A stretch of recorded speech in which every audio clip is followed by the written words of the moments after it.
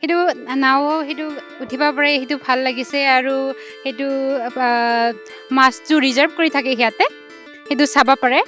এইবাৰ আমি ইয়াতে মানে মাছটো মানে বেছিকৈ চাবলৈ পাইছোঁ, কাৰণ মানে বহুতখিনি মাছ ওলায় এতিয়া মানে ইয়াতে।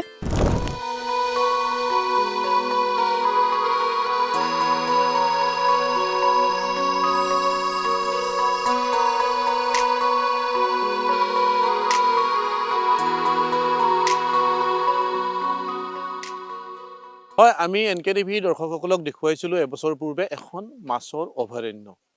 আৰু এই মাছৰ অভয়াৰণ্যখন হ'ল গোৱালপাৰা জিলাৰ আগিয়াৰ 17 নম্বৰ ঘাই ৰাষ্ট্ৰীয় পথৰ দাঁতিত এখন গাঁও বগদ।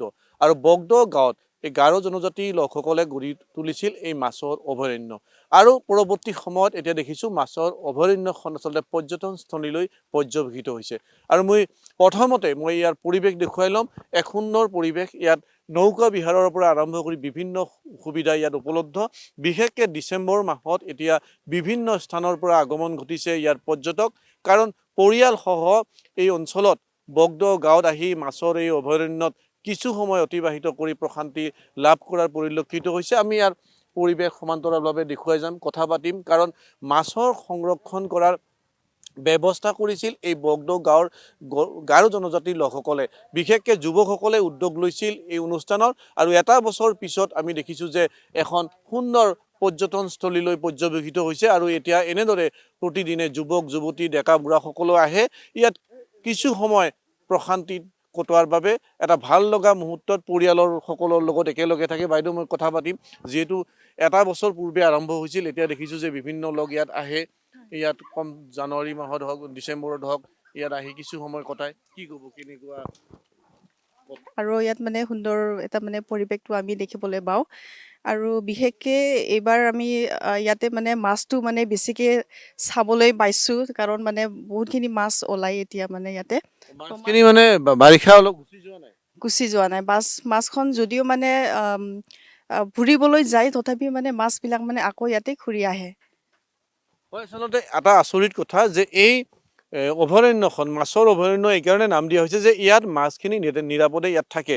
আৰু এই মাছখিনি বাৰিষা সময়ত যদি ক'ৰবাত ওলাইও যায়, আকৌ বাৰিষা যোৱাৰ লগে লগে মাছখিনি এই নৈখনত ঘূৰি আহে। আমি কথা পাতিম ইয়াত, যিহেতু মই পুনৰবাৰ কৈছোঁ যে কিছু সংখ্যক লোক আজি ইয়াত উপস্থিত হৈছে বগদ গাঁৱত।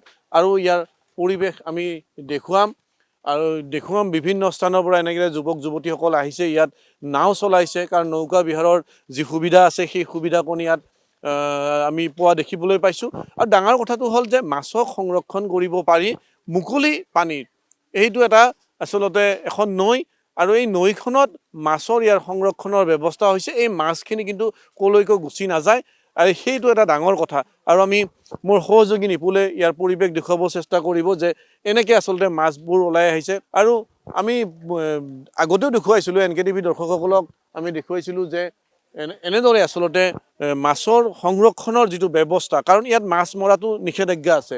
ইয়াত মাছ কোনেও মাৰিব নোৱাৰে, কোনো মাছ মাৰিব নোৱাৰে। আৰু সেইকাৰণে মাছখিনি ইয়াত নিৰাপত্তা লাভ কৰে কাৰণে মাছ কিন্তু ইয়াৰ পৰা গুচি নাযায়। ডাঙৰ মাছ, বৰালি মাছ, ৰৌ, ভকুৱা, আমাৰ যিবিলাক থলুৱা মাছ গোটেই উভৈ নদী। মই তোমাৰ লগত অকণমান কথা পাতিম, কেনেকুৱা লাগিছে ইয়াত?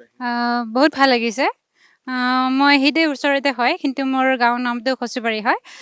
মই ফুৰিবলৈ আহিছিলোঁ। মোক সেইটো নাও সেইটো উঠিব পাৰে, সেইটো ভাল লাগিছে। আৰু সেইটো মাছটো ৰিজাৰ্ভ কৰি থাকে সিয়াতে, সেইটো চাব পাৰে। আৰু সেনেকৈ আৰু ঘৰৰ সেইটো চিলড্ৰেন পাৰ্কো আছে, আহিব পাৰে। সেইটো বাচ্চা লৈ আহে না, সেইটো মই কওঁ। আৰু সকলোখিনি সুবিধা ইয়াত উপলব্ধ। ইয়াত আহিলে মাছ দেখিবলৈ পাব। ৰৌ, ভকুৱা, বৰালিকে ধৰি বিভিন্ন প্ৰজাতিৰ থলুৱা মাছ ইয়াত সংৰক্ষিত হৈছে। আৰু মাছখিনি ইয়াত নিৰাপত্তা অনুভৱ কৰে কাৰণে এই স্থান এৰি নাযায়, আৰু এই স্থানতে মাছখিনি সদায় থাকে। আটাইতকৈ ডাঙৰ কথাটো মই পুনৰবাৰ কৈছোঁ যে বাৰিষা নৈৰ পানী ভৰি পৰে, আৰু তাৰ পিছত কিন্তু মাছবিলাক বাহিৰলৈ গুচি যায়। কিন্তু বানপানী শুকোৱাৰ লগে লগে মাছ আকৌ ইয়াৰ নিজৰ স্থানত আহি পায়। মই ইয়াৰ এগৰাকী উদ্যোক্তা আছে, মই কথা পাতিবলৈ চেষ্টা কৰিম। যিহেতু অকণমান আগুৱাই আহক, আপুনি আহক। যিহেতু তেওঁলোকে যোৱা বছৰ আৰম্ভ কৰিছিল এই প্ৰকল্পটো, মাছৰ অভয়াৰণ্য। আৰু এই মাছৰ অভয়াৰণ্যখন আচলতে এতিয়া মাছৰ অভয়াৰণ্য চাবলৈ কিন্তু দূৰ দূৰণিৰ পৰা ইয়াত পৰ্যটকৰ আগমন ঘটিছে। মই পুনৰবাৰ কৈছোঁ যে আগিয়াৰ ৩৭ নম্বৰ ঘাই ৰাষ্ট্ৰীয় পথৰ পৰা মাত্ৰ কেইমিটাৰমান আহিলে আপুনি পাব বগদ গাঁওখন। আৰু এই বগদ গাঁওখনতে এনেদৰে গঢ়ি উঠিছে এখন মাছৰ অভয়াৰণ্য। আৰু মাছৰ অভয়াৰণ্যৰ সমান্তৰালকৈ ইয়াত দেখিবলৈ পাইছোঁ যে ইয়াত নৌকা বিহাৰৰ ব্যৱস্থা আছে। শিশুসকল মানে ইয়াত খেলিব পৰাৰ সুবিধা আছে, সকলোখিনি উপলব্ধ। মই আপোনাৰ লগত কথা পাতিম, এওঁলোকৰ নেতৃত্বতে আচলতে এই অনুষ্ঠানটো গঢ় লৈ উঠিছিল। অকণমান আগুৱাই আহক, কি ক'ব এতিয়া? যোৱা বছৰ আপোনালোকে আৰম্ভ কৰিছিল, এতিয়া দেখিছোঁ মানুহ বিভিন্ন স্থানৰ পৰা আহিছে। ধন্যবাদ। বিভিন্ন আমি আগৰ মানে যোৱা বছৰৰ পৰা আমি এতিয়া আৰম্ভ কৰিছিলোঁ।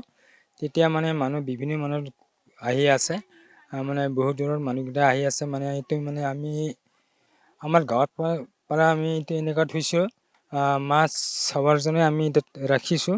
মাছবিলাক মাৰে নে নামাৰে? মাছবিলাক মানে নামাৰে। এইটো মানে মাছ যদি এইটো মাৰিলে ৫,০০০ টকা মানে ফাইন আছে। ৫,০০০ টকা ফাইন আছে? আছে। যিকোনো মানে এতিয়া ইয়াৰ আমি ২০ মিটাৰ লাগি আমি এতিয়া মানে ৰাখিছিলোঁ। এতিয়া মানে মাছ মাৰিব নোৱাৰে, মানে যে কেকৰা ঠেকেৰা মানে ধৰিব নোৱাৰে। মানে এইখিনি সৰু মাছ যদি ধৰে ৫,০০০ টকা ফাইন দিব লাগিব। এনেকৈ আমি ৰাইজে মানে নিয়ম থৈছে। হয়, আচলতে আমি এই দৃশ্য দেখুৱালোঁ গোৱালপাৰাৰ আগিয়াৰ এখন গাঁও বগদ। আৰু এই বগদ গাঁওখনত গঢ়ি উঠা মাছৰ অভয়াৰণ্যৰ কথা আমি NKTV দৰ্শকসকলক আমি এবছৰ পূৰ্বেও দেখুৱাইছিলোঁ যে অতি ভাল লগা কথাটো হ'ল যে ইয়াত মাছৰ সংৰক্ষণ হয়। আৰু এই নৈখনত যদি মাছ মাৰে, এই নৈখনত মাছ মাৰিলে ৫,০০০ টকা পৰ্যন্ত ফাইন জৰিমনা ভৰিব লাগিব।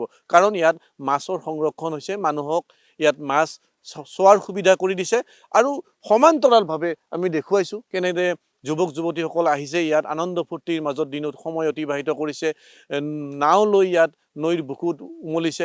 গতিকে এক সুন্দৰ পৰিৱেশ, এক ভাল লগা পৰিৱেশ। আৰু এই পৰিৱেশ চাবলৈ কিন্তু এতিয়া অসমৰ বিভিন্ন প্ৰান্তৰ পৰা ইয়াত আহিছে যে মাছৰো এখন অভয়াৰণ্য হ'ব পাৰে, যিটো কথা আচলতে সততে ভাবিব পৰা নাযায়। মাছৰো এখন অভয়াৰণ্য থাকিব পাৰে, এই কথা আচলতে বহুতে চিন্তা কৰিব পৰা নাছিল। আৰু আগিয়াৰ গাৰো সম্প্ৰদায়ৰ একাংশ উদ্যমী যুৱকে এই ব্যৱস্থা কৰিলে যে ইয়াত মাছৰ এখন অভয়াৰণ্য পাতিলে, য'ত আপুনি যি সময়তে নাহে কিয় ইয়াত মাছ নৈৰ পানীত মাছ দেখিবলৈ পাব। খাদ্য নৈত দিয়াৰ লগে লগে মাছ ওলাই আহিব। আৰু এই নৈখনত পৰ্যটকৰ বাবে যথেষ্ট সুবিধা গঢ়ি তুলিছে। ইয়াত শিশুসকলৰ খেলাৰ ব্যৱস্থা আছে। আৰু এনেদৰে যুৱক যুৱতীসকল আহি প্ৰতিদিনেই আচলতে নৈৰ বুকুত এনেদৰে উমলি থকা দেখিবলৈ পোৱা গৈছে।